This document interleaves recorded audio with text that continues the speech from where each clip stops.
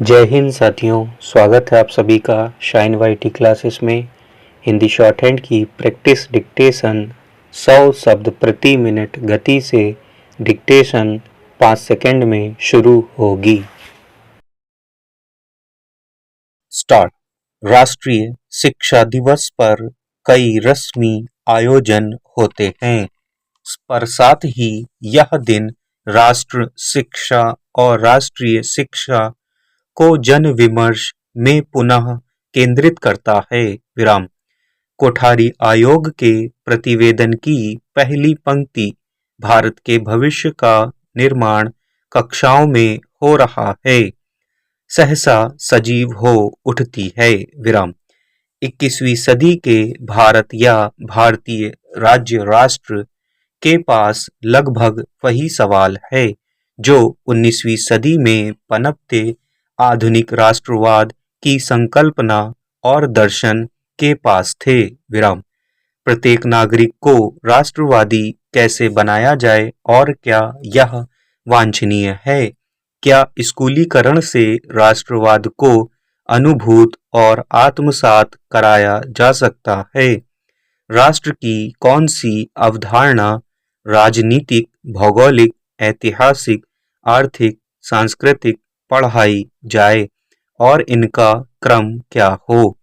सूचना, विचारों और मनुष्यों के आवागमन की गति में आई तकनीक जनित तेजी के कारण सिमटती धरा पर कितना और कैसा कारगर राष्ट्रवाद पढ़ाया जाए? विराम। इस युग में अब दो संस्कृतियों के आमने सामने होने पर तनाव, टकराव या एक दूसरे को जीत लेने की संभावना नहीं होती, बल्कि इस साक्षात्कार से एक नई संस्कृति जो दोनों के समागम से पनपती है की संभावना होती है। विराम। इन बहुत सारी संस्कृतियों के बीच कैसे और कितना राष्ट्रवादी बना जाए या टैगोर सरीखे दार्शनिकों द्वारा प्रतिपादित अंतर्राष्ट्रीयवाद की शरण ली जाए? विराम। किन्हीं दो या अधिक संस्कृतियों का आमना सामना होने पर वर्चस्व के सवाल को ना पूछकर वृहद मानव कल्याण या बेहतरी के सवाल पूछे जाएं? विराम। ऐसे समय में स्कूल की क्या भूमिका होगी? स्कूल कितनी और कैसी बहुलता और बहुसांस्कृतिक शिक्षा दे? प्राथमिक शिक्षा को प्रथम भाषा मातृभाषा में दिए जाने की अनिवार्यता के साथ बहुसांस्कृतिक शिक्षा से कितना परिचय कराया जाना संभव है? विराम। बहुसांस्कृतिक शिक्षा क्यों? स्कूल ही एक ऐसी सांस्थानिक व्यवस्था है जहां विद्यार्थी अन्य के अस्तित्व और अवधारणा से परिचित होता है। विराम। इस अन्य से साक्षात्कार परिवार और आस पड़ोस से बाहर निकलकर पहली बार स्कूल में होता है। विराम। स्कूलीकरण की सार्वभौमिकता की अनुपस्थिति में यह कार्य 80 के दशक में दूरदर्शन और आकाशवाणी द्वारा विभिन्न गीतों जैसे हम सभी जन एक हैं और मिले सुर मेरा तुम्हारा को बार बार बजाकर किया जाता था। विराम। सोशल मीडिया और यूट्यूब जैसे मंच हमें एक दूसरी दुनिया से परिचित तो करा दे रहे हैं, पर इस दूसरे के प्रति सद्भाव और सम्मान सिखाने में चूक जाते हैं। विराम। फिर इन मंचों पर उपलब्ध सूचना कभी ज्ञान या वैध ज्ञान की संज्ञा नहीं प्राप्त करता, बल्कि मात्र लोकरंजन का माध्यम ही बना रहता है। विराम। भारत जैसे बहुभाषी, बहुधर्मी, बहुसांस्कृतिक राष्ट्र में स्कूलीकरण के प्रश्न उस समय और जटिल हो जाते हैं जब शिक्षा समवर्ती सूची में वर्णित है। विराम। गाहे बगाहे भारत में एक शिक्षा, एक परीक्षा, एक पाठ्यक्रम, एक मूल्यांकन की मांग उठती है तो कथित राष्ट्रव्यापी समता और समानता स्थापित करने के उद्देश्य से निर्देशित होती है विराम। पर एक जैसे ज्ञान से पनपने वाली एकरूपता बड़ी भयावह होगी विराम। भिन्नता भिन्न मति होना ही ज्ञान का आवश्यक चरित्र है विराम। तटीय क्षेत्रों में पनपने वाले ज्ञान मैदानी या पर्वतीय ज्ञान से भिन्न होगा विराम। भाषाई धार्मिक जातीय लैंगिक यौनिकता के आधार पर विभाजित लोगों द्वारा निर्मित ज्ञान उनके देश काल से प्रभावित होगा विराम। इन भिन्न लोगों द्वारा भिन्नतर प्रस्थान बिंदु से जनित ज्ञान को जानना और उसे पूर्वाग्रह मुक्त स्वरूप से परखना और अपनाना ही बहुसांस्कृतिक शिक्षा है। पैरा बहुसांस्कृतिक शिक्षा न केवल सीमा विहीन धरती की उम्मीद जगाती है बल्कि शांतिपूर्वक सह अस्तित्व और सहजीवन के उत्सव को भी निर्मित करने की संभावना रखती है विराम। वसुधैव कुटुंबकम में प्रत्येक मनुष्य को भागीदार मानने के लिए और संगच्छ्वम संबद्धम को साकार करने के लिए भी बहुत सांस्कृतिक शिक्षा और स्कूलीकरण अपरिहार्य है विराम।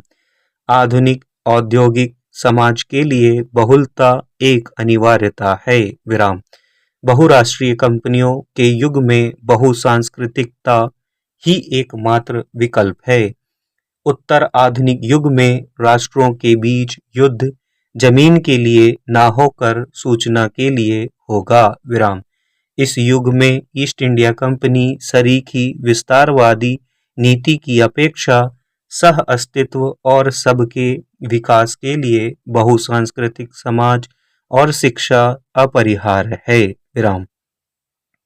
समावेशी शिक्षा या सीखने के सार्वभौमिक स्वरूप के तमाम दर्शन और नारे बहुलता और बहुसांस्कृतिकता को समाहित किए बिना अधूरे ही रह जाएंगे विराम। मनुष्य ने सभ्यता के विकास के क्रम में विविधता की संकल्पना को एकरूपता या समरूपता की अवधारणा से पहले विकसित किया होगा विराम।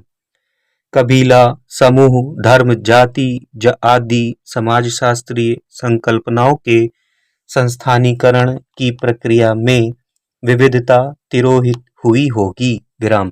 एक जैसी शक्ल सूरत खान पान और प्रार्थना की शैली में सामूहिकता का भाव विकसित किया होगा और इन सब से इतर ने अन्य की संज्ञा पाई होगी विराम।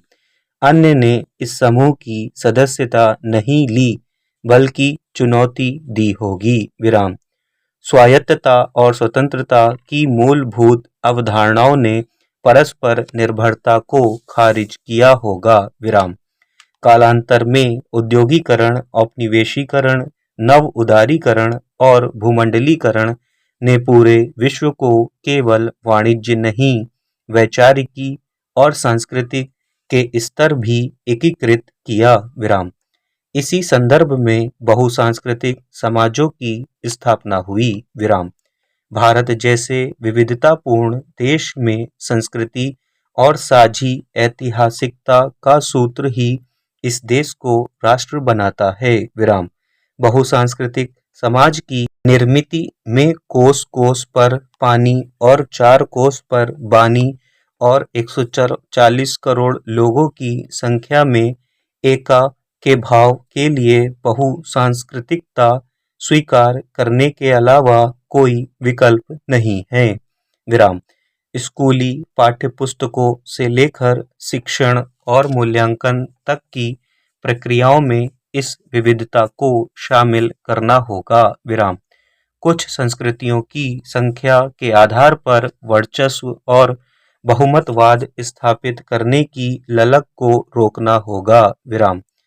आधुनिकीकरण और प्रगतिशीलता के सहारे प्रस्फुटित होने वाले वर्चस्व और अनुक्रम को भी रोकना होगा विराम।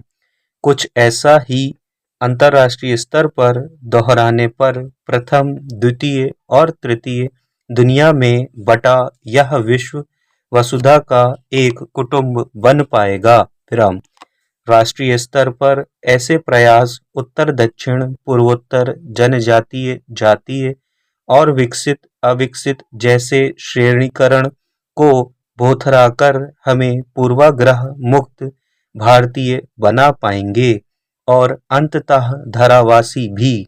विराम। बहुसांस्कृतिकता केवल भिन्न संस्कृतियों का फ्यूजन ना होकर एक नई संस्कृति के निर्माण का प्रयास है। स्टॉप।